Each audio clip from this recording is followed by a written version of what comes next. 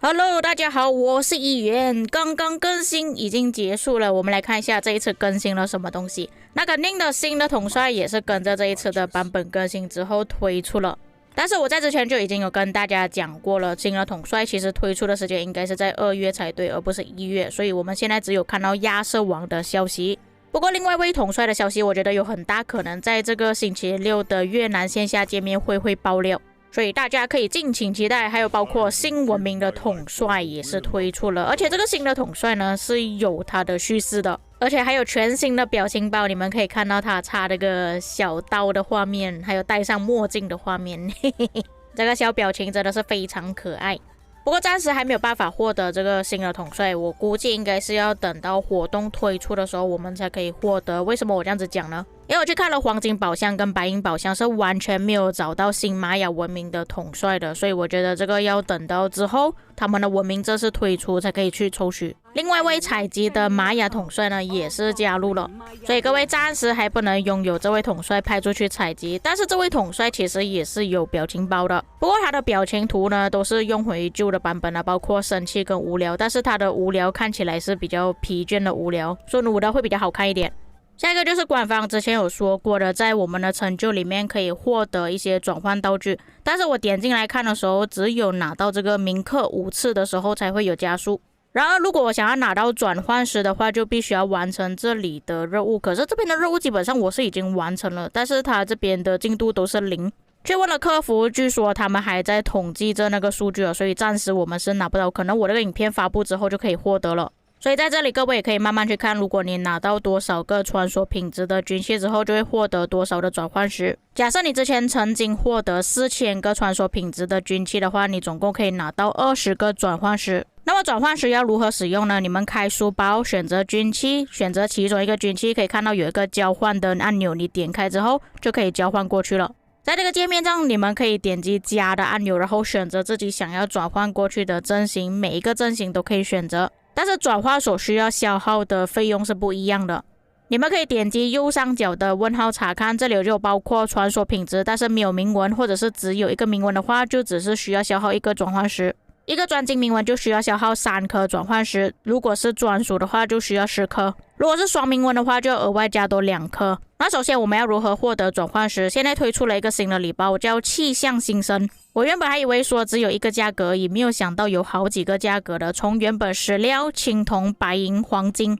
品质的礼包总共可以买8个，然后这个礼包里面真的就只有转换石还有 VIP 而已，所以严格来讲这个礼包还蛮贵的。礼包里面的转换石数量分别为黑铁就有1个，然后青铜2个，白银3个，黄金里面有5个，但是黄金礼包可以买到8个。然后这个礼包1个月只能够买1次而已，要等到下一个月才会刷新重新买过。所以如果你把这个礼包全部买光的话，总共可以获得46颗转换石，然后你们就可以去转换了。像我画面上专精铭文就用3颗转换石，专属就用到10颗转换石。最后2个铭文就像它规则所说的，我一个是专精，一个是普通的，所以是3加2等于5颗转换石。什么情况下需要用到转换石的？就比方说像我这个画面上，那我想要把这里步兵转换去拱形或者是斜形都可以。而且因为这个军器没有专属，没有专精，也没有铭文呢，它转换的时候会比较便宜一点。下一个就是官方增加的新功能，就是给管理层的，但是我在实际用过了之后发现到有一些问题。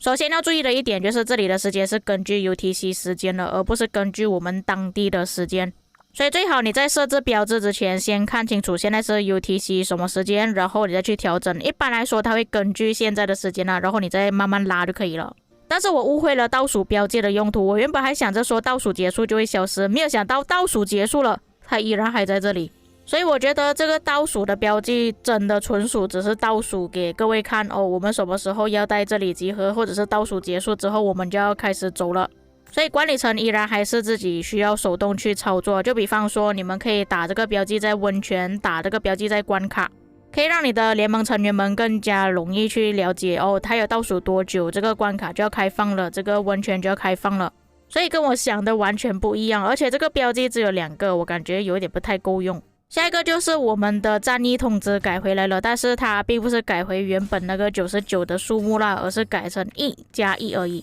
不过至少比起上一次版本更新之后还要好一点啦，至少我会看到，我会去点击。还有日落峡谷应该不会错过了。接着就是大家都在投诉的这个五谷峰顶给的资源点等级太低了，现在改成8等级。既然都说到资源了，当然还有包括最近的好更新了，就是可以运送的资源数量变多了，从原本的500万变成1000万。重点是税收依然还是8%，我原本还想着说莉莉丝会不会把这边的税收提高，看来并没有。之后我们运送资源会更加方便一点。再来就是一个很微小的更新吧，但是我觉得帮助还蛮大的。我们找一下野蛮人存在，就是当你们开了集结之后，你们可以注意看一下右下角这边多了一个标记，可以直接点击右手边的蓝色按钮之后马上加入集结，而不需要像之前那样点击联盟、点击战斗才加入集结。这个对于打 KVK 的时候补集结还蛮好用的。那目前来说能够看到的更新就只有这么多，像那些什么统帅置换之类的，应该要等到10号之后才可以置换。目前暂时来说是还没有更新那几个项目的，所以我们只能等更新了。标记这边刚好960也是做了一个很好的示范，你们就可以看到，还有倒数13个小时，小温泉就要开放了。除了我们在画面上可以看到倒数时间之外，我们在联盟里面的邮件也是一样可以看到他们设置的时间，还有这个倒数的标记。同时间也可以看到，我们多4个小时就要打卡乌拉克了，所以我觉得960这边用的还不错。至于其他更新呢，就要等到10号之后，又或者是要等到一些新的 KVK 开放，又或者是等到新年的时候才会出现。那么最后呢，再介绍一下这一次的皮肤吧。这一次活动的皮肤就是工兵攻击力的皮肤。提升 5%， 还有采集速度提升 5%， 但是这个皮肤说真的有一点单调了但是我觉得大部分玩家应该没有发现到这个功能了，就是你们可以注意看这个城市，它旁边有多了一个按钮，这个皮肤还可以换成有挂灯笼的版本，我觉得还蛮有创意的。下一个是我觉得让我比较失望的皮肤吧，虽然这一次 GY16 的冠军皮肤也是蛮酷炫的，但是你们有发现到什么东西吗？这个皮肤其实跟上一次全球巅峰赛冠军的皮肤造型是一样的，只不过这一次 GY16 是以火系列吧，然后之前249的皮肤呢是以雷系列的，但是只有特效不一样之外，它其他的整个城市造型全部都一样的